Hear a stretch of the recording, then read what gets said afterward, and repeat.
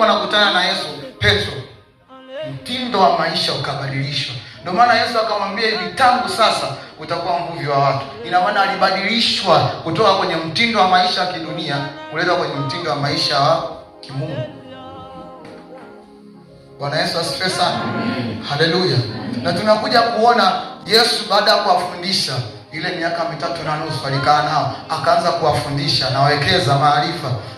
Kuna wakati mpaka alikuwa anatoa kazi kama tunazozifanya. Yesu alikuwa anamwambia, sasa na hapa mimi nabaki, yeye nendeni mkahubiri Injili. Bwana Yesu asifiwe sana. Hapa muda wao, kumbuka, hajajaa Roho Mtakatifu. Walikuwa bado washamba. Wamefundishwa vitu, sasa ni muda wa kuona kwa macho yao. Ni muda wa kutumia busara ya kimungu kwenye maisha yao. Ndio maana kuna mahali walipofika wakashinda kutoa pepo, wakarudi. Sema, mbona sisi hatuweza kutoa pepo?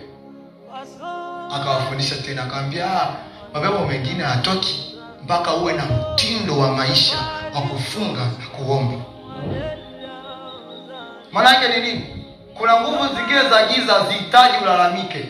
Ukilalamika unawapa nafasi kutesa zaidi. Unahitaji kuwa na mtindo wa maisha, kufunga, kuomba. Akili ibadilishwe, ijue yeye, ili imsaidie mwanadamu kujua yeye ni mwana wa nuru. Bwana Yesu asifiwe sana. Na kutokea kwenye kuwa mwana wa nuru, kuna vitu huwezi kuhangaika navyo. Huwezi kuhangaika navyo. Bwana Yesu asifiwe sana. Amen. Mtindo wa maisha kwenye ufalme wa Mungu kwanza unakupa nguvu ya kushinda vita hata kabla hujashinda. Bwana Yesu asifiwe sana. Yes. Kuna akili ya biashara ikija inakwambia, sasa wewe sawa, unauza matunda, lakini matunda yako usiuze hivi, iuze kwa namna fulani. Bwana Yesu asifiwe sana. Haleluya. Haleluya. Unadhani kwa nini biashara ni moja ile ile mnafanya pamoja, lakini matokeo yanakuwa tofauti? Bwana asifiwe sana. Biashara ni moja lakini matokeo ni tofauti, kwa sababu ya aina ya busara inayotumika. Kwa busara ndio inaweza kutofautisha aina ya matokeo.